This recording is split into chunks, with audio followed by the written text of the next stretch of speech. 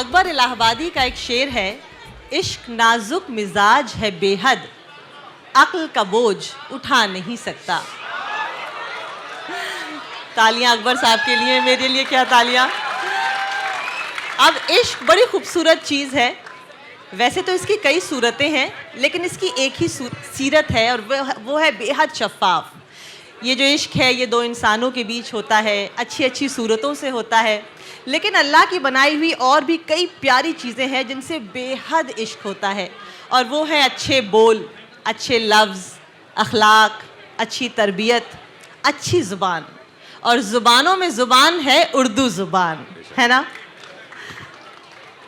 एक बहुत मशहूर शेर है, नहीं खेल ए दाग यारों से कह दो कि आती है उर्दू ज़ुबान आते आते। दाग दहेलवी का ये मगरूर और बहुत मारूफ शेर इस महफिल में बैठे हुए मेरे ख़्याल से कई सौ उर्दू दानों की ज़ुबान पर भी रक्स कर रहा होगा। और हमारा जो तराना है जश्न रेख्ता का, सर चढ़ के बोलता है उर्दू ज़ुबान का जादू, ये भी गवाह है इस बात का। तो आज बात करेंगे romancing with Urdu and romancing in Urdu with Javed Jafri साहब। भाई मैं शुरुआत करना चाहती हूँ आपसे ये सवाल पूछकर कि अभी पहले इनसे मुखातिब बोलूं। आदाब। हाँ जरूर। नमस्कार, good afternoon, welcome, thank you. और इतने प्यार और खुलूस से आप लोगों ने मेरा इस्तकबाल किया, उसका मैं बेहद ममनून हूँ। ये ही दौलत हम कमा सकते हैं और ये बहुत बड़ी दौलत मुझे मिली है कि आपका प्यार मेरे साथ है और हमेशा रहेगा इंशाल्लाह। तो thank you very much for your love, thank you. और आपका शुक्रिया, आपने इस तरह से इंट्रोडक्शन किया। जावेद भाई और हम बहुत सालों से एक दूसरे को जानते हैं। बहरहाल अभी पीछे हम बैठे हुए थे तो जावेद साहब के साथ मुलाकात हुई, शबाना जी थी, एक आप वीडियो बड़ा वायरल हो रहा है, उसमें बड़ा डांस कर रहे हैं आप और वो सब लोग। हाँ, वो जावेद साहब कुछ इंस्पायर हो गए थे देख के कुछ। हाँ। वो हमारे एक दोस्त की बेटी की शादी थी तो वो गलत नाम छाप दिया उन्होंने। जो नाम छपा है वो गलत है, वहाँ की नहीं है, वो हमारे एक दोस्त की बेटी की शादी थी। तो जावेद साहब, उर्मिला मटोनकर भी थी, तो कुछ जज्बात आ गए। तो वो जावेद साहब जज्बात में आ गए। तो और बहुत मेरे करीब है, मैं बेहद इज्जत करता हूँ उनकी, और उनका सेंस ऑफ ह्यूमर भी कमाल का है। मुझे याद है जावेद साहब का सेंस ऑफ ह्यूमर। एक बार मेरा भाई नावेद, वो उनको मिलना था तो कुछ देर से आया, तो जावेद साहब वहाँ बैठे हुए थे, तो उन्होंने पूछा भाई क्या हुआ, देर क्यों हो गई? तो उन्होंने कहा भाई मैं बिजी हो गया था, कुछ देर हो गई। तो अच्छा जावेद जाफरी के भाई नावेद नाफरी। तो इमीडिएटली जो फिलवदी जो होता है उनका एक ह्यूमर। और एक हमारे एक बहुत मशहूर व मारूफ प्रोड्यूसर थे जमू सुगन साहब, वो गुजर गए हैं अब। हम दिल दे चुके सनम, रंगीला वगैरह उन्होंने प्रोड्यूस की थी। तो जावेद साहब ने एक बार कहा, हम प्लेन में साथ में थे, तो उन्होंने कहा कि ये नाम जो है ये झमू सुगंध, it sounds like an event. तो मैंने कहा फिर उस पर कुछ आप अर्ज कीजिए। तो हम प्लेन में बैठे, तो उन्होंने कहा कि शराफत आज से करना मैं बंद कर दूंगा, शराफत आज से करना मैं बंद कर दूंगा, मैं सारे शहर को झमू सुगंध कर दूंगा। अब where he comes up with these thing, मुझे खुद नहीं पता कि कहां उनकी सोच पहुंच जाती है। वो कमाल के आदमी है भाई। तो जो मुलाकात अंदर भी हुई थी थोड़ी देर की, तो हाँ ठीक है, जावेद का एक छोटा सा जी, आपकी बहुत पुराने ताल्लुकात हैं उनसे। हाँ, वो हमारे वालिद के दोस्त हैं ज़्यादा, और उनके जो वालिद थे जावेद साहब के, जानेसार अख्तर साहब, तो जानेसार अख्तर साहब हमारे पड़ोसी थे। और उन्होंने हमारी एक फिल्म थी, मेरे वालिद साहब ने लिखी थी, जिसका नाम था सूरमा भोपाली। तो उसमें एक गीत था जो मैं लिख के यहाँ पे लाया हूँ, जो जानेसार अख्तर साहब ने लिखा था, और वो मेरे ख्याल से उनका उनका आखिरी गीत समझिए कि मखमल हो या टाट का पर्दा, पर्दा है हर हाल में पर्दा। और ये डैनी साहब पे पिक्चराइज किया गया था, लेकिन इतना खूबसूरत लिखा था। और करीबन 7 दिन वो मेरे वालिद साहब के साथ बैठे थे, बहुत करीब थे वालिद साहब के। तो मखमल हो या टाट का पर्दा, पर्दा है हर हाल में पर्दा, कहते ढलती रात के साए काहे अपना पाप छुपाए, कहते ढलती रात के साए काहे अपना पाप छुपाए, दिन होते ही सब खुल जाए, रात तो है जज्बात का पर्दा, ढूंढ रहा क्यों रात का पर्दा, तन को अपने मन से धोले, रख ले अपनी बात का पर्दा। तो ये अख्तर साहब, जाने अख्तर साहब वाज अमेजिंग, बहुत बहुत लेकिन अफसोस उस वक्त मीडिया इतना साथ नहीं दे रहा था, और आज उनके फर्जंद जो हैं जावेद साहब ने जो शोहरत हासिल की है और है भी उस लायक बिल्कुल। तो जी, तो आप कुछ पूछ रहे थे आगे। तो अब दूसरा सवाल ये है, बड़ा ज़रूरी सवाल है कि 1985 में एक फिल्म आई थी मेरी जंग जी, और सुभाष घई ने एक ऐसा विलन लॉन्च किया था जी, जो इस तरह थिरकता था कि उसमें बिजली के करंट लग गए हों।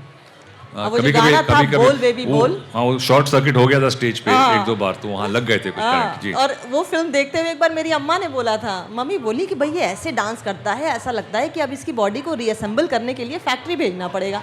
वो तो फिर भी शराफत में, लोग तो कहते थे मिर्गी के दौरे आ गए, क्या कर रहे हैं पता नहीं। तो ऐसे भी स्टेटमेंट्स थे उस वक्त लोगों के, ये क्या डांस है, ये थोड़ी चलता है, ये नहीं चलेगा वगैरह। हाँ। ये बहुत ज़्यादा कुछ कॉम्प्लिकेटेड है, लोगों को आसान चीज़ें पसंद हैं, हाँ। सिंपल मूवमेंट अपने आके थोड़ा ऐसा है, हाँ। कुछ कमर वमर लचका दो तो वो समझ में आता है। तो फिर हाँ। मैंने कहा भाई ये तो मुझे यही आता है, और मैं समझता हूँ कि कुछ एक कोशिश है कुछ नया लाने की, कुछ फॉर्मलाइज करने की डांस की, तो हाँ। वो करी और फिर लोगों को पसंद आ गई। और आज जो आप देख रहे हैं एक तरह say that was a predecessor, वो जो फॉर्म था पसंद आया लोगों को, चल रहा है। और वो आपके अंदर ये इनबॉर्न टैलेंट है या ये एक्वायर किया गया था? अब इनबॉर्न मतलब पैदा होते ही डांस करना शुरू नहीं किया था, कंपटीशन को भी नहीं ऐसी कुछ बात।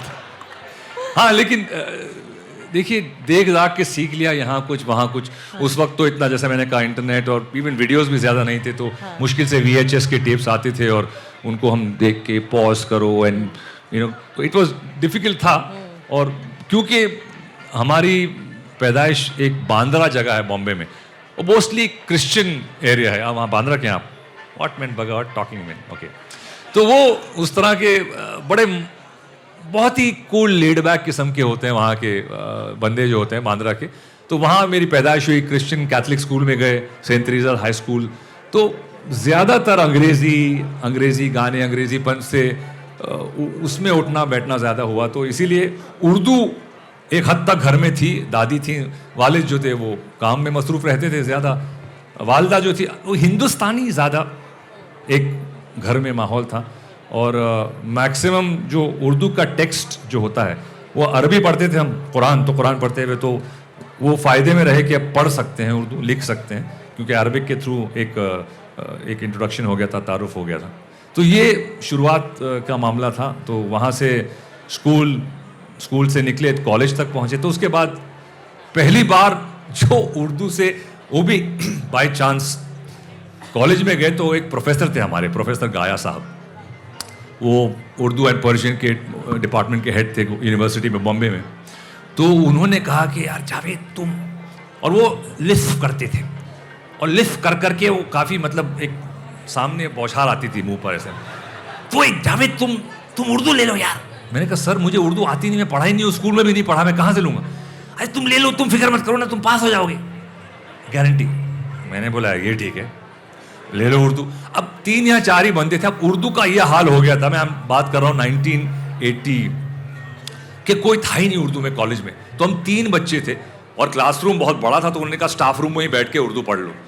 तो ये उर्दू मैंने इस तरह से इंट्रोडक्शन हुआ कि भाई पास, एक लैंग्वेज में तो पास हो जाएंगे आराम से, उतना स्टडी नहीं करना पड़ेगा, कर लो, ले लो उर्दू, इतना तो बोल बाल लेते हैं। तो पहला इंट्रोडक्शन हुआ था विद साहिर साहब की तलखियाँ, वो किताब थी हमारी। तो 1-2 साल हमने वो पढ़ा, उसके बाद फिर हट लिए, बिकॉज वो फिर ज़्यादा डिफिकल्ट होने लगा था।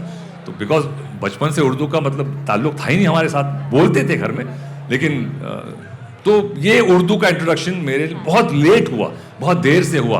और उसके बाद फिल्मों में आ गए। तो जैसे मैंने कहा कि उर्दू की जो लफ्ज़ियात होती हैं, जो शब्दावली, वो बहुत मेरी कुछ कमज़ोरी है, मतलब पानी कम जो हम कहते हैं, लेकिन बोल लेता हूँ। शौक़ है, प्यार है, इश्क है, इज़्ज़त है उर्दू के लिए। और ये जो यहाँ पे इतने सारे लोग आके बैठे हैं, और ये इतनी खुशी होती है देख कर के आज भी उर्दू को एक इस तरह रिवाइवल, एक लोग उर्दू की तरफ रुजू हो रहे हैं, आ रहे हैं। बहुत खुशी होती है कि बोल नहीं पाते हैं लेकिन अच्छा लगता है बहुत। यकीनन ये रेख्ता फाउंडेशन, और ये बिल्कुल ये संजीव सराफ को मैं सलाम करता हूँ। ये बहुत बड़ा कंट्रीब्यूशन है, क्योंकि इंटरनेट एक ऐसी, यस आपके दोस्त हैं नहीं तो इन्होंने ये इतना बड़ा कंट्रीब्यूशन किया है बिकॉज ये जो रोमन में करके, इंग्लिश में ट्रांसलेशन करके, हिंदी में लिपि करके इतना आसान कर दिया है एक्सेस उर्दू की जो हो गई है कि अब तो ये forever, it's there forever and Urdu is going to stay forever throughout the world, खास रेखता के जरिए, एंड दैट्स बहुत बड़ा कंट्रीब्यूशन डेफिनेटली। थोड़ा पीछे जाते हैं, करीब 50-60 साल पहले आपके फादर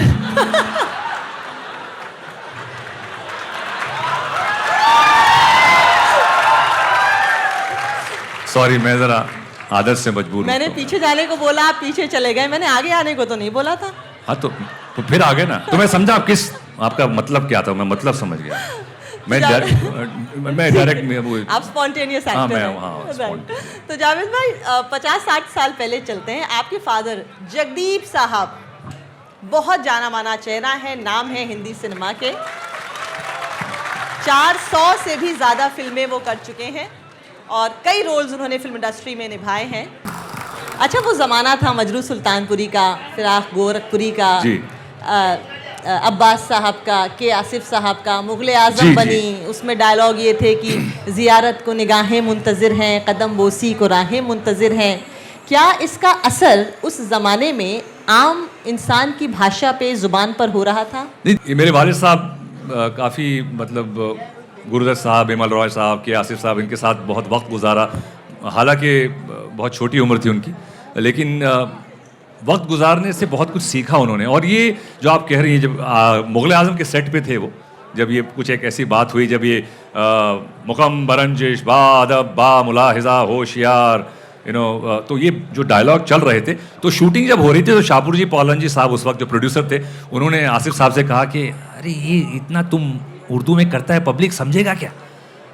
तो आसिफ साहब बड़े गुस्सा हो गए और वो क्या है, आप चुप रहिए, वो सिगरेट विगरेट पीते थे उस वक्त, चुप रहिए, ये हिंदुस्तान की पब्लिक को आपने समझा क्या है, बेवकूफ़ है। मतलब ये सिक्स सेंस है, वो समझते हैं कि बादशाह की बात हो रही है, उस जमाने की बात हो रही है, ये जबान होगी, और क्या कहेंगे, बादशाह सारा सलामत आ रहे लाए।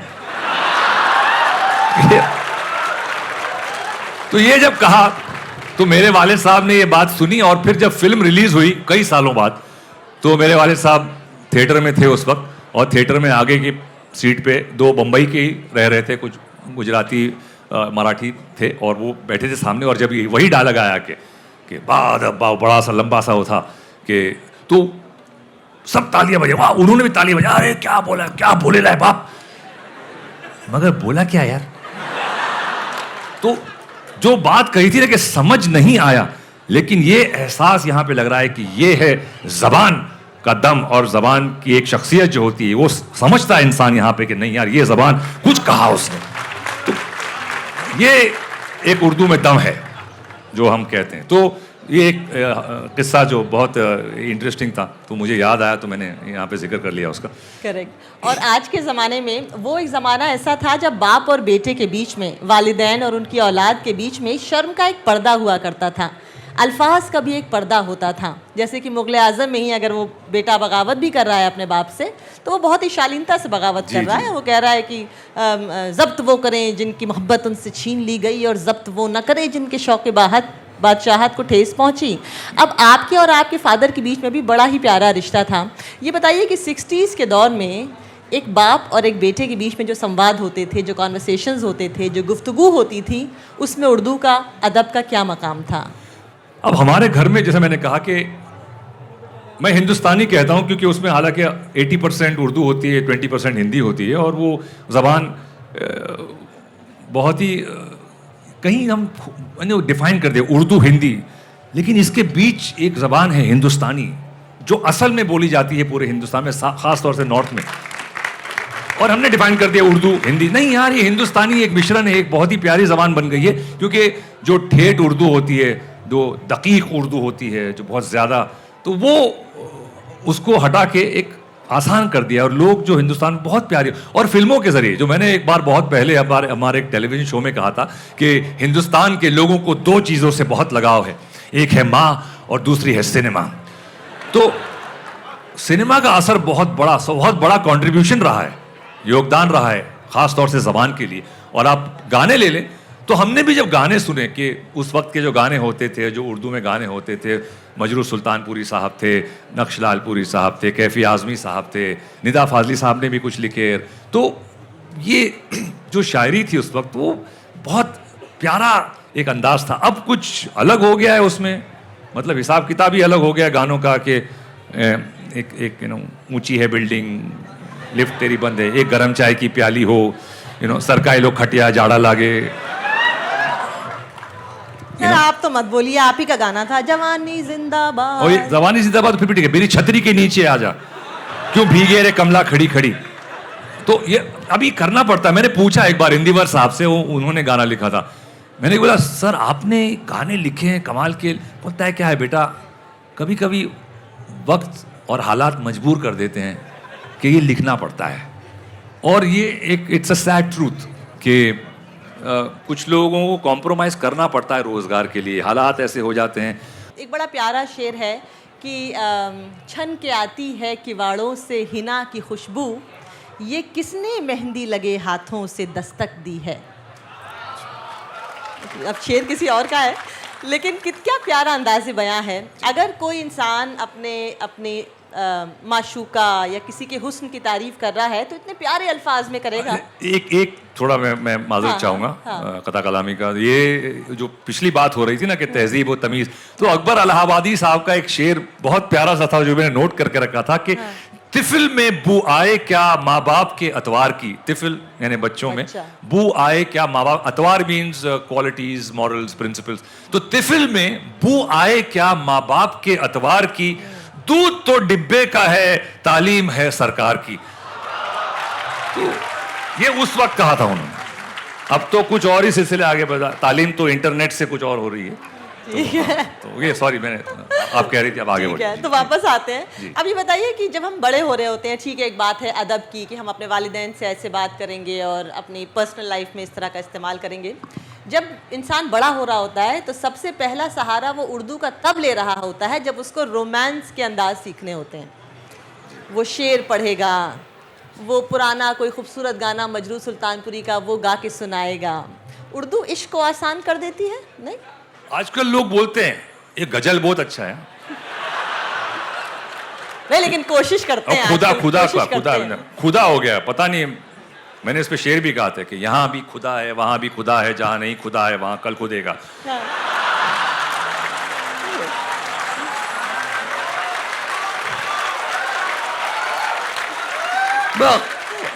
निकलता ही नहीं। अब मेरे बच्चों को मैंने बचपन में खुदा खुदा खैरियत खास, हाँ तो ये बोलना पड़ता है गलत।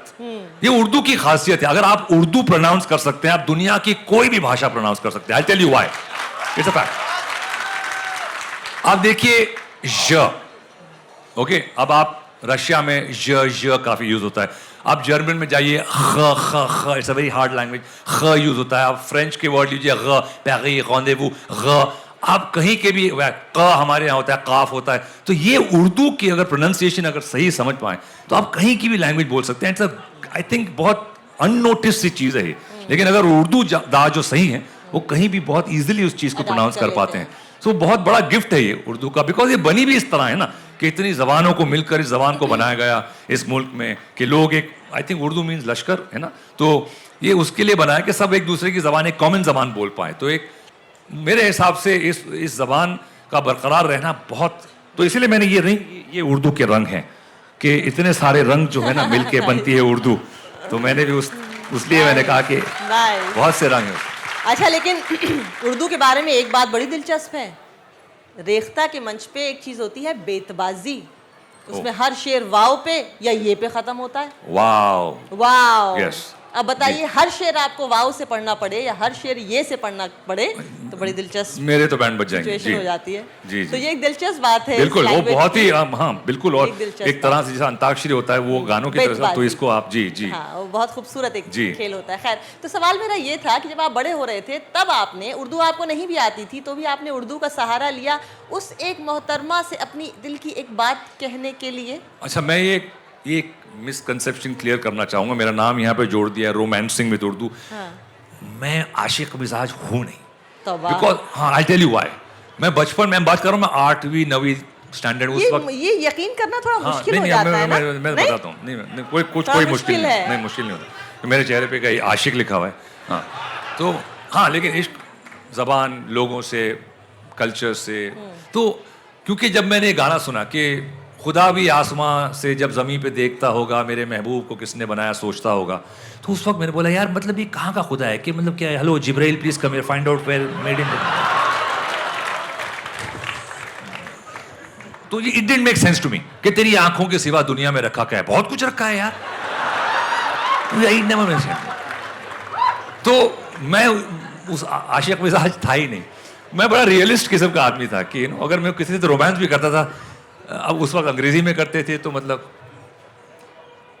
नाइस आइज, तो वो हाइपरबली जो होते हैं ना, ओवर द टॉप के हम कहना कि भाई। तो आपने किसी के लिए नहीं बोला ये किसने मेहंदी लगे हाथों से दस्तक नहीं, दी सवाल है, नहीं, तुम्हारे नहीं पाँव बोला। देखे जमीन पे न रखना, ये किसी के आपके लिए नहीं पाँव बोला आपने? देखे बहुत हसीन हैं, इन्हें जमीन पे न रखिए, मैले हो जाएंगे। हमने तो इस पे मजाक कर दिया था, वो हमारे यहाँ क्या? क्रिश्चियन होते थे, वो ब्रेड, वो हम आपके पाँव देखे बहुत हसीन। I was always into the humour part of it. तो उर्दू की लफाजी से जो खेल करना होता है ना, पन, उर्दू के अल्फाजों का, इंग्लिश के अल्फाजों का, हिंदी के अल्फाजों का मेल करके इन पे प्ले करना, पन, ये कुछ अपनापन हो गया। अच्छा। तो मतलब आपका गाना तो था जवानी जिंदाबाद, लेकिन निजी जिंदगी में आपकी जवानी कब आई और कब गई पता नहीं चला। नहीं, जवानी बरकरार है, गई नहीं है, है? आपको कोई शक हो रहा है मेरी जवानी पर? जावेद भाई, दाढ़ी मत दिखती। जावेद भाई आपसे मुंबई में मिलते हैं। हाँ ठीक है। नहीं ठीक है, आपने बिल्कुल एक दरार, मतलब दरार नहीं कहूँगा, एक हद कर दिया आपने, जावेद भाई बोल दिया, तो मैं भी आपको सालों से बोल रही आपको हूँ मैं आपा जान कहूँगा। मैं सालों से बोल रही आपा हूँ जान जी। यार। जावेद ये बताओ, चलिए। गुलजार साहब ने बोला था कि आंखें जो चाय की प्याली से उठें तो सीधा दिल में उतरें, और कैफी आजमी साहब ने कहा था कि उठ मेरी जान, मेरे साथ ही चलना है तुझे, जिसमें जलता हूँ उसी आग में जलना है तुझे। तो इस उर्दू ज़ुबान ने अलग अलग तरह के जज्बे जी हमें दिए, एक ही मौजू पर, एक ही सब्जेक्ट पर, एक ही बात पर। नहीं, ये तो बेशक मैं बिल्कुल कायल हूँ इसका। और जैसे मैंने कहा कि क्योंकि अगर मैं नहीं करता रोमांस और आशिक की मिजाज ना हूँ, लेकिन जिस तरह से ज़बान का इस्तेमाल होता है, जिस नफासत से उस ज़बान का इन अजीम शायरों ने इस्तेमाल किया है, तो बिल्कुल ये तो बहुत एक ज़रूरी भी था और ज़बान को ज़िंदा रखने का, क्योंकि इश्क जो है एक सबसे, आप कहें जो फीलिंग और इमोशन है, मेरे ख्याल सबसे कॉमन एक इमोशन है। उसके बाद हेट्रेड आता है, बट पहले तो इश्क आता है। तो इश्क से जुड़ी हुई जो ज़बान होगी और इश्कियापन जो होगा, मेरे ख्याल से वो ज़रूरी है, लेकिन मैं नहीं करता हूँ, तो मैं I don't apologise for it, लेकिन मेरे हिसाब से ज़रूरी है रहना। और जो आपने कहा जो पढ़े उनके अशार, तो दैट्स ऑल्सो रिक्वायर्ड कि बिकॉज मैं रियलिस्ट हूँ। जैसे मैंने कहा कि मेरे ख्याल से अकबर इलाहाबादी साहब का ये है कि दुनिया में हूँ, दुनिया का तलबगार नहीं हूँ, बाजार से गुजरा हूँ, ख़रीदार नहीं हूँ, जिंदा हूँ मगर ज़ीस्त की लज्जत नहीं बाकी, हर चंद की हूँ होश में होशियार नहीं हूँ, इस खाना हस्ती से गुजर जाऊँगा बेलौस, साया हूँ फ़कत नक्श व दीवार नहीं हूँ। तो ये मुझे इस किस्म के अशार पसंद होते हैं। तो मैं, आपने कहा रोमांसिंग विद उर्दू, मैं ऐसे ज़िंदगी से रोमांस करता हूँ, हकीकत से रोमांस करता हूँ जी। उर्दू में एक अदबी सतह पर काम हुआ है और एक अवामी लेवल पर काम हुआ है। हम उर्दू सुनते हैं फिल्मों में, टेलीविज़न में हमने शुरू में मिर्ज़ा गालिब जैसे शोज़ देखे जी। और कुछ लोग उर्दू से उनका जो सीधा और पहला इंट्रोडक्शन होता है वो होता है मुशायरों के ज़रिए जी और किताबों के ज़रिए जी। आपका उर्दू के साथ जो आपके ताल्लुकात बने, वो इन दोनों मीडियम्स में से पहला वो कौन सा मीडियम था जिसने आपको छुआ? देखिए, मेरा स्मॉल, मीडियम, लार्ज सब शुरू में फिल्म ही था। तो फिल्म से ही हमने शुरुआत हुई। घर का माहौल, जैसे मैंने कहा कि घर की मेरी दादी थी, वो तो बिल्कुल जो कहते हैं छोटे शहर की थी, तो वो कौन से शहर एक की ज़बान थी? अलग थी। वही। वो पैदाइश उनकी थी जारचा, जो यूपी में है, वही। बहुत छोटा सा एक गांव अब है, और दतिया वगैरह। तो वो तैने कहा, हाँ, तैने कहा हाँ। तुझे तो वो बोलिए बोलिए और बोलिए। हाँ, तैने कहा। तैने ऐसे कहा था। वो उनके जो लतीफ़े होते थे वो इस तरह से, जो मुझे अभी भी याद हैं क्या? कि अब वो जो छोटी छोटी रिडल्स पहेलियां होती है ना, कि सरीपन तुझे सरीप अली ने सरीपे भेजे हैं। अरे अरे बेवकूफ, कभी शीन तो कह दिया होता, आपको सलाम भी कहा है। तो ये दादी के जो लतीफ़े थे, चुटकुले थे, कि खाजी जी आपके मकान पे खौवा खाएं खाएं कर रहा है। अरे बेवकूफ, कभी काफ तो बोल दिया होता, बहुत खूब। तो ये दादी के जो अभी याद है, अभी भी याद है, वो थी आपने 60-50 साल हो गए हो गया। अच्छा, कई लोग बोलते हैं जी उर्दू बड़ी खतरे में है, ऐसा माना जाता है, और कई लोग ऐसा फील करते हैं। उर्दू जैसे आपने बोला, तो कतरे में है, खतरे में है। उर्दू नहीं, शेर बन गया जी, उर्दू नहीं खतरे में है, ये उर्दू तो कतरे कतरे में है। बिल्कुल। वाह। तो जी ये बताइए कि हम, जैसे आपने बोला कि आप कॉन्वेंट एजुकेटेड हैं और आपने उर्दू बहुत देर में पढ़नी शुरू की। जी। ये प्रॉब्लम हमारी जनरेशन का भी रहा, हम कॉन्वेंट एजुकेटेड रहे, फादर ट्रांसफरेबल जॉब में रहे, तो एक कॉस्मोपॉलिटन माहौल में हम हमेशा पढ़े। जी, मेरा तो प्रॉब्लम था माहौल बिला कुव्वत हो गया था। तो अच्छा, तो अब हुआ ये कि अंग्रेज़ी पढ़ो, ज़िंदगी में कुछ करना है तो अंग्रेज़ी पढ़ो, और फिर उसके बाद अच्छा हिंदी लिटरेचर भी पढ़ो, अच्छा उर्दू लिटरेचर भी पढ़ो। लेकिन उर्दू लिटरेचर काफ़ी हद तक हमें देवनागरी में अवेलेबल था, किताबें हिंदी में छपती थी, तो लिहाजा कई लोग, आप केसी कांडा साहब ने बहुत कुछ, क्या केसी कांडा साहब ने लुगत का ट्रांसलेशन किए थे, काफ़ी हिंदी लिपि में किए थे। तो वो बहुत अच्छा हुआ कि ऐसा हुआ कि we got introduced to very good literature. तो हिंदी उर्दू पढ़नी और उर्दू लिखनी रस्मुल खत में कई लोगों को आज भी नहीं आती, लेकिन वो उर्दू लवर्स हैं और उर्दू उनकी रग रग में है। तो क्या उर्दू खतरे में मानी जाएगी? देखिए, मैं एक तरह से खुशकिस्मत हूँ कि मैं उर्दू लिख सकता हूँ, उर्दू पढ़ सकता हूँ। स्पीड कम है, रवानगी कम है, लेकिन पढ़ सकता हूँ, लिख सकता हूँ। तो ख़तरे में आप जहाँ तक कह रही हैं, जी हाँ, ज़बान एक का ज़िंदा रहना, उसके लिए लिटरेचर टेक्स्ट ज़रूरी है। लेकिन अब ये इंटरनेट जो है वो एक गेम चेंजर है। ये जो रेखता की मैंने बात की ना, ये बहुत बड़ा गेम चेंजर हो गया। हर इंसान के हाथ में एक फ़ोन में, चाहे वो किसान हो, चाहे वो एक झाड़ू लगाने वाला हो, सब एक फ़ोन लेके बैठा है। तो ये बहुत बड़ा कंट्रीब्यूशन है इंटरनेट का, और ये गेम चेंजर हो गया। तो अगर आप ज़बान टेक्स्ट ना भी बोलते हो, आप अंग्रेज़ी बोलते हैं, आप हिंदी बोलते हैं, हिंदी पढ़ते हैं, अंग्रेज़ी पढ़ते हैं, कुछ तो पढ़ते हैं, अब उर्दू का ट्रांसफ़र और उसका जो टेक्स्ट हो गया है ना, I think it is not the language but it is not the text but the language which matters. तो मेरे ख्याल से ये ज़बान अब तो ज़िंदा रहेगी, ता क़यामत जब तक रहेगी ज़िंदा रहेगी इंशाअल्लाह, बिकॉज ये मीडियम चेंज हो गया, बहुत फ़र्क था। किताबें जो हैं वो गायब हो जाती हैं, लाइब्रेरियाँ जल जाती हैं, फट जाती हैं, तो लेकिन ये इंटरनेट पे तो कहीं कोई कुछ खो नहीं सकता। गूगल अंकल जो है बटन दबाओ निकाल के ले आएंगे, तो गूगल आंटी भी होती हैं कभी कभी। हाँ, ठीक है, आप सही कह रहे हैं। क्या है? चाय वाला महरूम है? अच्छा, बिल्कुल बुला दीजिए, आप महरूम मत रहिए। कौन से रूम में रहते हैं बता दीजिए, आ जाऊंगा वहाँ पे मैं।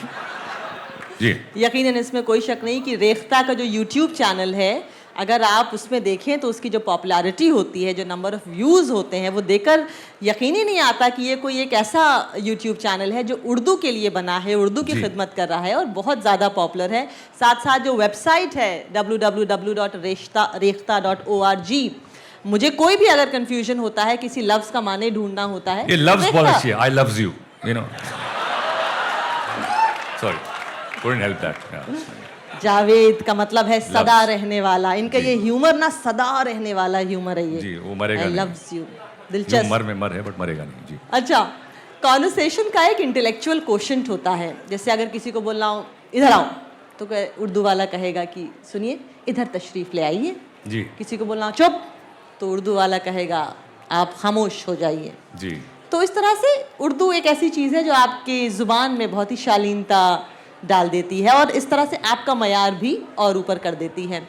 80s का दौर आपने जिया है, फिल्म्स और टेलीविजन दोनों में आपने काम किया है। एक टाइम ऐसा आया था जब इंटेलेक्चुअल कॉन्वर्सेशंस नहीं होते थे, खासतौर से बड़े पर्दे पर। जी, याद है वो दौर? वो ऐसा दौर क्यों हुआ तो था? दौरे पड़ गए थे वो। हाँ।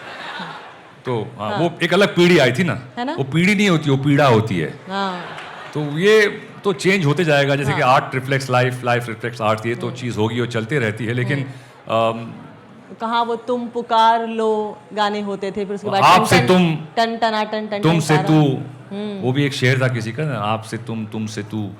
नहीं, तुम ही हर बात पे कहते हो कि तुम तू क्या है, हाँ, तुम ही कहो ये अंदाज गुफ्तगू क्या है। जी। तो अब जबान बदली है, अब तो दूसरी एक जबान। अब तो आजकल के जो बच्चे हैं वो काफी, मतलब एक तरह से जो हम अपने ज़माने में वो कोई माला जपते थे, कोई तस्बीह पढ़ते थे, अब 2 हाथों की तस्बीह होती है, यूं बैठ के यूं। तो वो एक जबान बदल गई है, एक SMS ही जबान अलग आ रही है, WTF, OMG, लोल लोल। LOL। हाँ जी, तो ये अब जबान ऐसी बदलेगी, अब ऐसे लिखा करेंगे। बता भी दीजिए LOL का क्या मतलब होता है? लोल, लॉल, ठीक है ना, बचपन में कहते थे लोल। माइके लॉल। हाँ जी। लाफ आउट अलाउड, हाँ, लाफ आउट लाउड। अच्छा ठीक है, आप, हमें भी कल ही बहुत- पता लगा जी। आपकी जहनियत से मैं बहुत ही मतलब इम्प्रेस हो कुछ- गया। आपको जब LOL का किस्से मतलब पता सुनाइए है, ना, मतलब इतने अच्छे अच्छे किस्से आपके पास है। 80s 100 का, points 90s का वो जमाना, सलमान खान की फिल्में चलती है क्या 9 से 12, अभी आप पीछे हाँ, बैठ टन टना टन टन टन तारा चलती है क्या 9 से 12। हाँ, उसमें इसमें एक क्लासिक गाना है जो मतलब मेरे जहन में, वो कहते हैं ना, एच्ड हो गया है कि क्या वो था, वो कमला हसन की फिल्म थी, रहमान साहब का म्यूजिक था। टेलीफोन धुन। हाँ, टेलीफोन धुन में हंसने वाली, मेलबर्न मछली मचलने वाली। मतलब मेलबर्न मछली मचलने, डिजिटल में है तराशा, मैडोना हो या नताशा, जाकिर हुसैन तबला तू है क्या, सोना सोना तेरा चमके रूप सलोना, सोना सोना टेलीफोन धुन तुम तो होना, कंप्यूटर को लेकर ब्रह्मा ने रचाया क्या। टेलीफोन धुन में हंसने वाली, तो इसके बाकायदा किताब छपनी चाहिए कि इसका अंदरूनी मतलब क्या है, बहुत गहरा। टेलीफोन धुन में हंसने वाली, यानी कि जो उनकी महबूब है वो इस तरह हंसती है। एक बार रीटेक, कैसे वही टेलीफोन की उस वक्त का रिंगर ऐसा होता था ना, कैसे?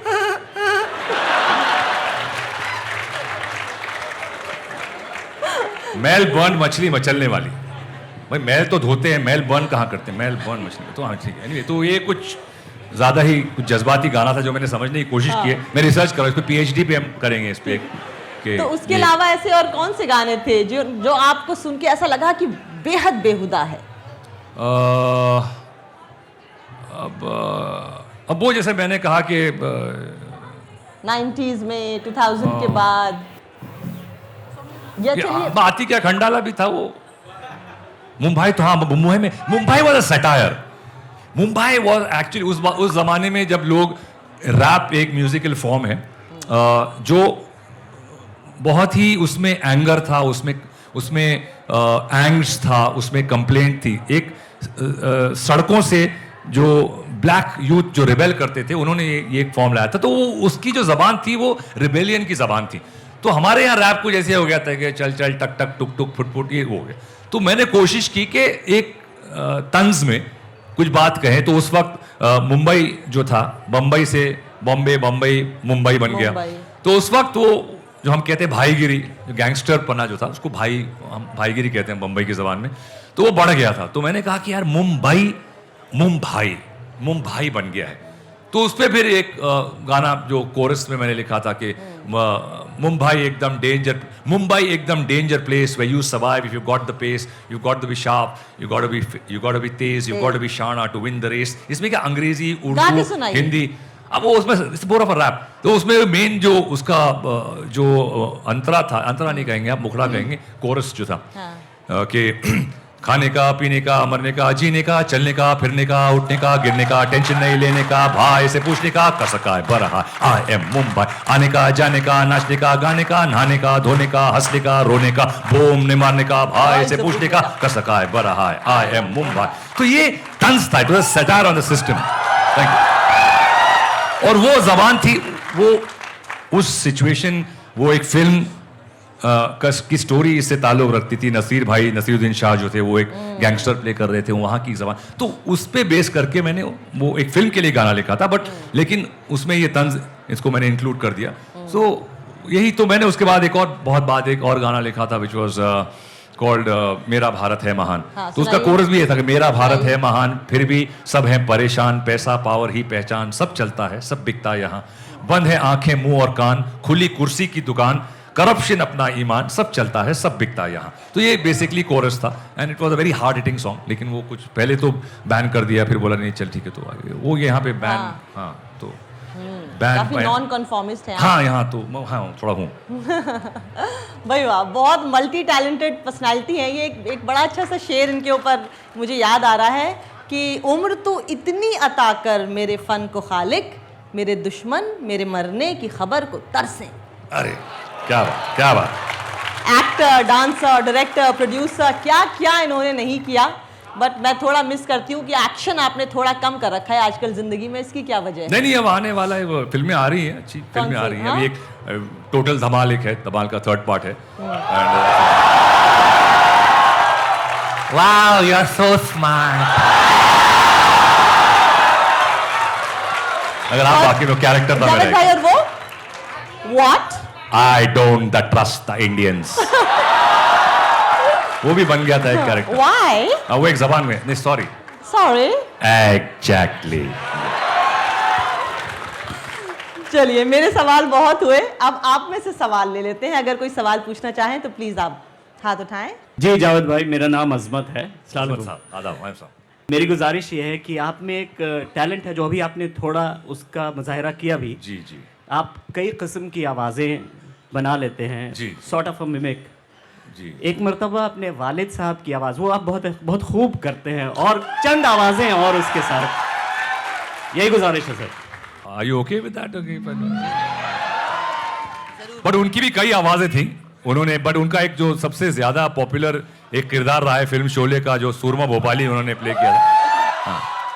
देखो खा, मेरा नाम भी सूरमा भोपाली, ये सही सो रही है। तो हाँ, एक को दी मैंने पटखनी तो लंबू निकला भागने को, पकड़ के खींचिए टांग, बोले चाहते किधर हुआ। शुक्रिया आदा जी। हाँ जी पापा जी। अमिताभ बच्चन। अरे ये क्या है, तो हो गया डुक डुक डुक जमूरे गलाटी मारेगा। अमिताभ बच्चन एक शुरू कर दिया ना। अभी देखिएगा अमिताभ बच्चन। अच्छा, बच्चन साहब की आवाज काफी बदली है। बच्चन साहब की जो पहली आवाज थी, जो दीवार में फॉर एग्जाम्पल, जो एक उनकी जवानी की आवाज थी कि वो आदमी जिसने कभी तुम्हारी मंदिर की सीढ़ियां नहीं चढ़ी, वो जिसने कभी किसी के सामने अपने हाथ नहीं फैलाए, वो जिसने कभी किसी के सामने अपना सर नहीं झुकाया, वो आज तुम्हारे सामने अपने हाथ फैलाए खड़ा है। ये पुरानी आवाज थी। और अब उनकी आवाज होगी, आज खुश तो बहुत हो गए, अब और हम खेलते हैं कौन बनेगा करोड़पति।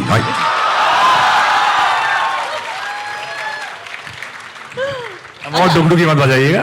हाँ धर्मेंद्र जी। अरे नहीं मत करो यार ऐसा। अच्छा लास्ट जावेद भाई, धर्मेंद्र जी। नहीं नहीं अरे बहुत आने लगे। तकेशी। अरे ऐसा मत करो यार। अच्छा मैं एक ओके ऑब्जर्वेशन का एक क्लासिक एग्जाम्पल है कि आवाजों में एक सिमिलैरिटी कैसे होती है, जैसे कि एक फैमिली ऑफ वॉइस होती है।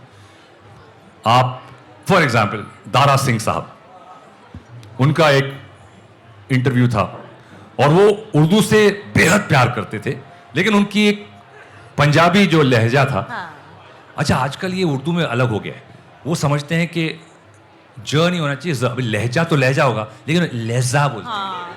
मेरा नाम होता है जावेद जाफरी साहब, तो ये बहुत हो जाता है। लहजा कई लोग बोलते हैं बॉम्बे में खास तौर से। तो वो उनकी वॉइस जो है बहुत जे है तबस्सुम कि मुझे उर्दू जुबान से बहुत लगाव है, और ये बात बिल्कुल हकीकत है कि मैंने उर्दू की तरफ तवज्जो की। तो ये अब ये फैमिली ऑफ वॉइस है। अब दारा जी की फैमिली ऑफ वॉइस आती है, आप देखिए उनकी तरह एक देव कुमार थे, वो एक विलेन हुआ करते थे बहुत लंबे चौड़े से, उनकी आवाज वही फैमिली की थी। ये बदली में से चांद कहां से निकला आया, ये उनकी आवाज। यही आवाज आती है नीचे उतर के अमजद खान साहब की। माला जिसका एक एक मोती टूट के बिखर गया, बोल बोल हाँ, ये वही। इसकी उतर के आती है रणधीर कपूर साहब में, नहीं भैया नाली का कीड़ा कभी आसमान को नहीं छू सकता, यही फैमिली ऑफ वॉइस। ये आती है अक्षय कुमार में, छोटे कुछ समझो समझो सोचो एंड शट अप, तो ये पूजा पूजा मैं तुमसे बहुत प्यार करता हूं पूजा, तो ये फैमिली ऑफ वॉइस होती है ना, ये हम पकड़ना पड़ता है कभी कि आ जाती है तो अब ऑब्जर्वेशन की बात होती है, बिकॉज ये काम आता है सेंस ऑफ ऑब्जर्वेशन हमारे काम में खास तौर पे, बिकॉज अब ये एक यहाँ पे लोग पसंद करते हैं, एक रिक्वेस्ट है, तो मैंने कहा कि एक और था जैसे कि अंदाजे बयां, जैसे हमारे प्राण साहब से वाकिफ हैं आप लोग? अब प्राण साहब के 3 अंदाज मैं आपको बताता हूं कि उनका एक अंदाज जो नॉर्मल था, इंस्पेक्टर साहब, अच्छा उनमें अगेन सेंस ऑफ ऑब्जर्वेशन, उनको ट्रिग्नोमेट्री से बहुत प्यार था, तो जब भी बात करते थे हाथ से कुछ ना क्वाड्रैपल, ट्रायंगल, स्क्वायर, रेक्टेंगल, इंस्पेक्टर साहब तुम ये शायद भूल गए कि मैं तुम्हारा बाप हूं, समझे? फिर उनका एक दूसरा अंदाज था जो था इमोशनल, बिंदु बहन 25 साल से ये राज अपने दिल में छुपाए बैठा हूं।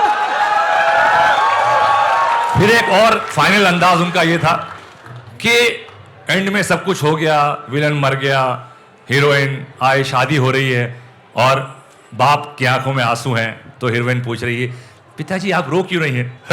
ये तो खुशी के आंसू हैं।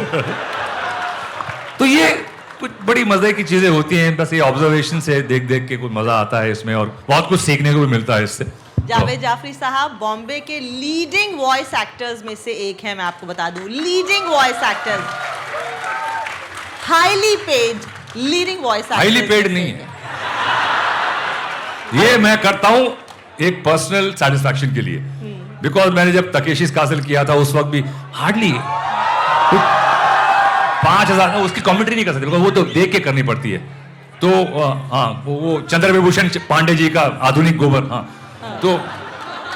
तो उसमें क्या होता है ना कि ये पर्सनल सेटिस्फैक्शन के लिए मैंने मिकी माउस की आवाज की, मैंने शेर खान की आवाज की, मैंने तकेशिश कासिल किया, तो ये सब चीजें मुझे बिकॉज बच्चों से लगा हुआ है, तो मैंने कहा कि यार ये बच्चों से एक जुड़ना हो जाता है, तो बच्चे क्या बड़े भी पसंद करते हैं, वो जो बच्चे थे बड़े हो गए लेकिन तकेशिश कासिल उनको अभी भी याद है, तो ये मेरे लिए बहुत ही सेटिस्फाइंग रहा है। और जो प्यार और मोहब्बत मुझे इन छोटी छोटी चीज़ों से मिली है ना, मैं बहुत अल्लाह का शुक्रगुजार हूँ कि पैसा नहीं होता सब कुछ, काफ़ी कुछ खरीद लेता है बट होता नहीं सब कुछ, लेकिन ये जो एक सेटिस्फैक्शन मिलती है ना कि जो एक आदमी आपको कहीं आउट ऑफ द ब्लू आदमी औरत आके कहे, कहीं से एयरपोर्ट पे, कहीं स्टेशन, कहीं भी आप हो, अरे रोक के नहीं हम आपका वो देखा था, बहुत याद है, बहुत हंसते थे हम, थैंक यू सो मच, वो इतना मायने रखता है, इतना मायने रखता है कि थैंक यू रियली। एक सवाल कोई पूछना चाह रहे हैं, पूछे। शेर Khan, Once again. how interesting, how delightful। वो डब करना पड़ता है उसको। जावेद भाई आदाब, मेरा नाम रोहन है। जी रोहन, थैंक यू, बहुत शुक्रिया फॉर ऑल द इनसाइट्स। जी जी हम भी मुंबई से हैं। जी, आउटसाइड्स भी दे सकता हूँ लेकिन वो हम बाद में बात करें, लेकिन इनसाइड्स की बात। Will take it offline. जी, आपको लगता है जश्न रेख्ता अब वो समय आ गया कि जश्न रेख्ता मुंबई में भी होना चाहिए? यकीनन। कितने लोगों को ऐसा लगता है नहीं, कि बिल्कुल रेख्ता नहीं। मुंबई में भी होना चाहिए? बिल्कुल, मुंबई एक बहुत अहम हिस्सा है इस मुल्क का, और जैसे मैंने कहा कि फिल्म इंडस्ट्री जिसका बहुत योगदान रहा है जो जी, उर्दू को आगे बढ़ाने का, जी, तो वहाँ बहुत ज़रूरी है। एंड मैं गुजारिश करूँगा संजीव भाई से कि कोशिश करें कि मुंबई में भी इसका कुछ शुरुआत हो इसकी। जी, वेरी गुड, बहुत थैंक एक बार तालियां संजीव सराफ साहब के जी, लिए हो जाए। बिल्कुल। ये बता रहा है कि जो लोग ये जश्न करवाते हैं उनका दिल क्या है, जी। क्या कह रहा है उर्दू के लिए। बिल्कुल, हम भी फ्री आते हैं, मैं सही कह रहा हूँ, और जितने लोग यहाँ पे आते हैं, वरना के प्रोफेशनल लेवल पे लोग लेके जाते हैं, बिल्कुल। बट इस खास तौर से जो भी यहाँ पे आता है यकीनन। बस उसी प्यार से, उसी लगाव से, उर्दू की इज्जत, उर्दू के प्रेम, उर्दू के इश्क में यहाँ पे आता है। तो जियो अदब की। आप लोग सब। जी आप कुछ सवाल करना चाह रही? जी, हेलो, आप एक कंप्लीट परफॉर्मर हैं। आप थोड़ा करीब लेंगी माइक। सॉरी, जी जी आप कंप्लीट परफॉर्मर हैं जी और वी अप्रिशिएट। जी। एक सवाल पाकिस्तानी शो लूज टॉक के बारे में, आई डू नॉट नो कितने लोग जानते हैं जी, उसके जी, बारे जी। में। आपने कुछ एपिसोड्स भी किए मैंने थे लूज उसमें। टॉक पे किया था। जी हाँ जी वो बहुत ही अच्छा किया था, तो उस एक्सपीरियंस के बारे में अगर कुछ बताना चाहेंगे। मैं बहुत ही शुक्रगुजार हूँ, मुझे और बहुत किस्मत है मेरी किस्मत कि मैं उस शो में लूज टॉक, अनवर मकसूद साहब वहाँ के शायर भी हैं, एक बहुत थिंकर नामवर हैं, आदमी हैं, यकीनन। बहुत नामची हैं, बहुत ही ज़हीन इंसान है वहाँ, बहुत इज्जत करता हूँ, मेरी उनसे थोड़ी दोस्ती हो गई, मेरे से बहुत मतलब बुजुर्ग है मेरे। लेकिन और मोइन अख्तर साहब मेरे हिसाब से सब कॉन्टिनेंट में one of the finest performers Moin Akhtar साहब। यकीनन, And यकीनन। और ये आपकी जो तालियां हैं जो जानते हैं उनको, बहुत ही मेरा मतलब अकम्पलिश्ड जो परफॉर्मर जो हम कहेंगे, वो 8 एपिसोड मैंने उनके साथ किए थे। और मेरी यही दुआ है, कोशिश है कि हमारी कुछ चीज़ें बढ़ गई, होता है ना कि जायदाद बढ़ जाती है, तो हमारी कुछ चीज़ें बढ़ गई हैं यहाँ और वहाँ, ज़बान तहजीब यहाँ वहाँ, लेकिन अगर ये मिल जाएं और साथ में ये क्रिएटिव आउटपुट्स मिले तो जो यहाँ से मटेरियल निकलेगा ना, कमाल का मटेरियल निकलेगा यकीनन, यकीनन। डेफिनेटली। सवाल जावेद करें। साहब और अतीका मैम, बहुत बहुत शुक्रगुजार आपके, आज इस महफिल में आप आए। जी। मेरे एक एकेडमिक हूँ, आप दोनों मेरी मदद कर सकते हैं। हम लोग जब पढ़ाते हैं तो अक्सर हम we don't take care of a pitch of a modulation. जी। And any tips that you both could offer जी। to aspiring academicians when they go in a lecture hall, ताकि वो बच्चों को सुनाए नहीं, प्लीज। नहीं देखिए, जो है इंटरेस्ट बरकरार रखना स्पीच के जरिए बहुत ज़रूरी होता है। तो आपके एक्सप्रेशंस, अब आप इस तरह कहेंगे, देखो बच्चों ये हम आज पढ़ने वाले हैं, तो वो एक अजब आप सोने लगते हैं वहाँ पे। इट्स वेरी इंटरेस्टिंग कि आप पढ़ाने में भी उतना ही मज़ा लें। जब आप खुद मज़ा नहीं लेंगे, आप एंजॉय नहीं करेंगे, तो सामने वाला कैसे एंजॉय करेगा। जब मैं मज़ा नहीं लूँगा, जब मैं एंजॉय नहीं करूँगा आपसे बात करने में, तो वो कंटेजियस होता है, वो इट विल कम अक्रॉस। तो मैं, अगर आप देख रहे हैं कि मेरे जज्बात, मेरी आंखें, मेरे एक्सप्रेशंस, मेरी आवाज़ जिस तरह निकल रही है वो कनेक्ट करती है। तो it's very very important to connect with your audience और विथ योर क्लास, और हुआ जिससे भी आप गुफ्तगू कर रहे हैं, तो कनेक्ट करना बहुत ज़रूरी होता है, और उसमें एक्सप्रेशंस और उसमें जज्बात आना बहुत ज़रूरी होता है। तो ट्रिग्नोमेट्री में भी जज्बात ले आ सकते हैं आप, ऐसी कोई बात नहीं। जी सवाल। नमस्कार sir. Sir I love you and thank you. I loves you too. जी मैंने आपसे बहुत कुछ सीखा है, मैं भी अब आर्टिस्ट बनने वाला हूँ थोड़ा सा। Thank you, wish you all the best. Yes जी।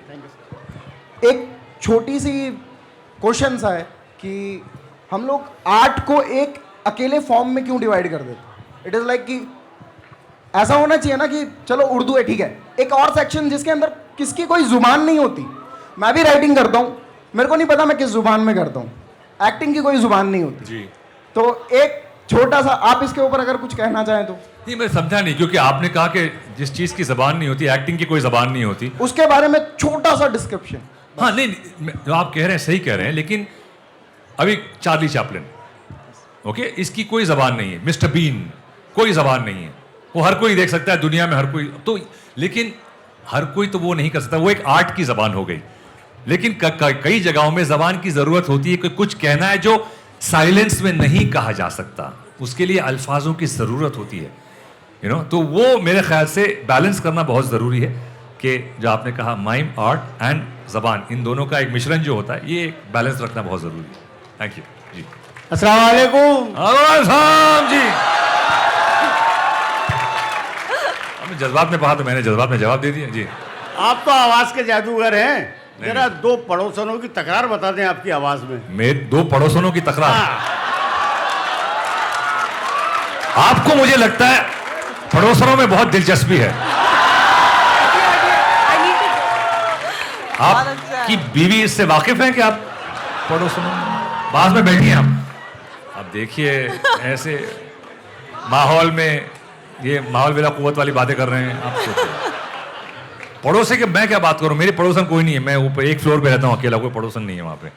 नहीं, मैं शायर तो, फिल्मदी शायर तो हूं नहीं, ये आप जावेद साहब से करते तो कुछ कह देते इस पर, लेकिन मैं तो शायर हूं नहीं, तो दो पड़ोसनों की तकरार पे मैं क्या बात करूंगा। जो फिल्मदी शायरी होगी, मैं आप माजरत चाहूंगा कि मैं इस पर कुछ कह नहीं पाऊंगा। एक और अरे, लास्ट I'm sorry, एक लास्ट क्वेश्चन जल्दी पूछिए, जल्दी पूछिए। जी वो ये मोहतरमा यहाँ पे बीच में जज्बात से उठी थी। जल्दी से आप पहले पूछ लीजिए। हाँ पहले पूछ लीजिए। नवाज भाई नमस्कार। नमस्कार। मैं पूछना चाहता हूँ कि अभी इस साल जो फिल्म आई थी मंटो जी, नंदिता दास जी डायरेक्टर, आपने उनके साथ काम किया है फायर मूवी जी में। जी जी तो सर मैं ये पूछना चाहता हूँ, मंटो एक बहुत ही मास्टरपीस थी, मेरा मानना है जी।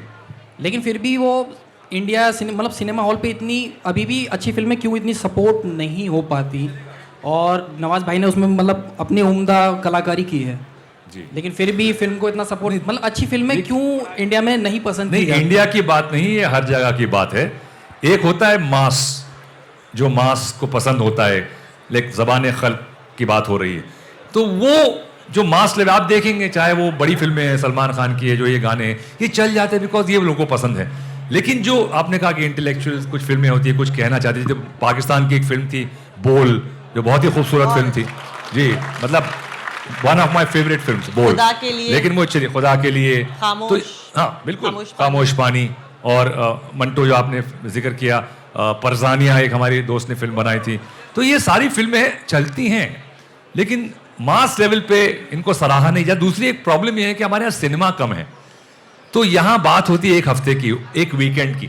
बड़ी बड़ी फिल्में जो आती हैं 4000 थिएटर्स, 3000, 5000 सिनेमास ब्लॉक कर देती हैं, तो छोटी फिल्मों को फिर वक्त मिलता है, 11 बजे का एक शो है, रात को 11 बजे का एक शो है, तो ये प्रॉब्लम है। हमारे सिनेमा बहुत कम है, 125 करोड़ की आबादी है और 12,000 स्क्रीन हैं सिर्फ, ये प्रॉब्लम है। अगर स्क्रीन बढ़ जाएंगे तो ऑब्वियसली जो ये ऐसी फिल्में देखना चाहते हैं, पसंद करते हैं, ये फिल्म फिर एटलीस्ट सिनेमा में रहेंगी। जब तक हम वहां तक पहुंचे वो फिल्म निकल जाती है, तो ये प्रॉब्लम है। छोटी सी बता दूं, हमारी फिल्म थी वाईकॉम 18 मोशन पिक्चर्स की फिल्म थी। वाईकॉम 18 ने पद्मावत भी बनाई और वाईकॉम 18 ने मंटो भी बनाई। ये गवाह है इस बात का कि फिल्में बन रही हैं। नहीं, आज आप छोटी फिल्में, ये एक अच्छी बात है, लेकिन ठीक है वो अलग थी कि अब बधाई हो, एक छोटी फिल्म है, अंधाधुन एक छोटी फिल्म है, लेकिन ठीक है एक मज़ाहिया फिल्म है, बेसिकली उसका जो एक अंदाज़े बयां कुछ और है। मंटो एक सीरियस फिल्म थी। लेकिन आजकल जैसे अब यहाँ देखिए ना, आप महफिल में इतने लोग आके बैठे हैं, पहले तो या तो आप कुछ ज़्यादा कुछ फिल्मी गाने बजाएं तो ही लोग आके बैठ जाते हैं, लेकिन यहाँ पे गुफ्तगू सुन रहे हैं, शायरी सुन रहे हैं, ये बहुत एक एनकरेजिंग बात है कि लोग यहाँ पे इकट्ठा हुए हैं। तो I think it's a very good sign that we are headed in the right direction. Last question quickly. Hello sir, मेरा नाम पोयम है। मेरा सवाल आपसे ये है, सपोज आपकी गर्लफ्रेंड आपको छोड़कर जा रही है और आप भागे भागे एयरपोर्ट पे गए हो, वो कौन सा शेर होगा जिसे आप उसे सुनाकर रोक लोगे और वो रुक भी जाएगी? यार ये वही ना, एक तो मैंने पहले ही कह दिया मैं आशिक में जा रही हूँ, जा भैया, thank you very much, tata tata, संभल के जाना, मैं तो वही कहूंगा। वो मैं ऐसे क्यों ना, बहुत प्यारा गाना था कि वो गाना आपने सुना होगा, पुकारता चला हूं मैं, गाइए गाइए। गली गली बहार की, बस एक छाँव जुल्फ की, बस एक निगाह प्यार की। उसका मैंने चेंज कर दिया था, मेरा मिजाज ऐसा ही है, डकारता चला हूं मैं कड़ी कड़ी बिहार की, बस एक छौंक हींग की, बस एक बघार प्यास की, डकारता चला हूं मैं ऐसा ही हूं, मैं ऐसा ही। बहुत बहुत शुक्रिया जावेद भाई, आपका बहुत बहुत शुक्रिया। और एक बार फिर से आपके हुजूर में वही शेर है कि उम्र तो इतनी अता कर मेरे फ़न को खालिक कि मेरे दुश्मन मेरे मरने की खबर को तरसे। शुक्रिया बहुत बहुत। और मेरी सबको दुआएं, प्यार, मोहब्बत, इस मुल्क को, इसकी तहजीब को, ये गंगा जमुना तहजीब को, इसको जुड़ा रहना चाहिए। आप जैसे लोग इसे सराहते हैं, जोड़ के रखते हैं, आपको मेरा सलाम, बहुत बहुत शुक्रिया, आदाब, जय हिंद।